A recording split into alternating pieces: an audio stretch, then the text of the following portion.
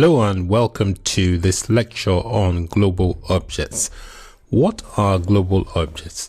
Global objects are objects that are available in all modules. Let's have a look at a list of some basic but common global objects. So I'll start with the class buffer.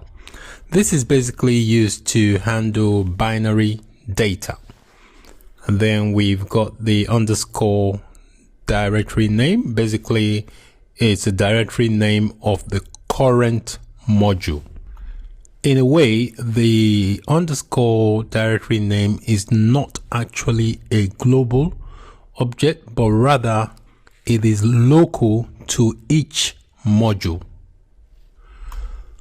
Then we've got the underscore file name. This basically refers to the file name of the current module.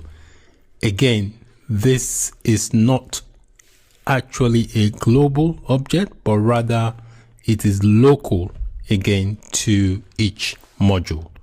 But Node treats it as a global object.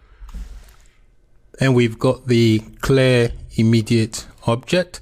This is normally used in combination with other objects, and it basically is used to cancel an immediate object. So you find that used a lot with things like timing and other related objects.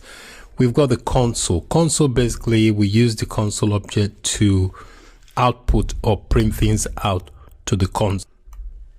So if you want to output something to the command prompt or the terminal, you'll be using console object to achieve that.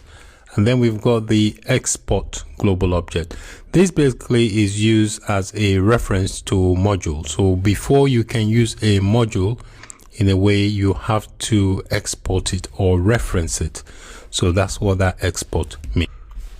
And then we've got the require. This method or function is used quite a lot. Basically, you use that to require access to modules.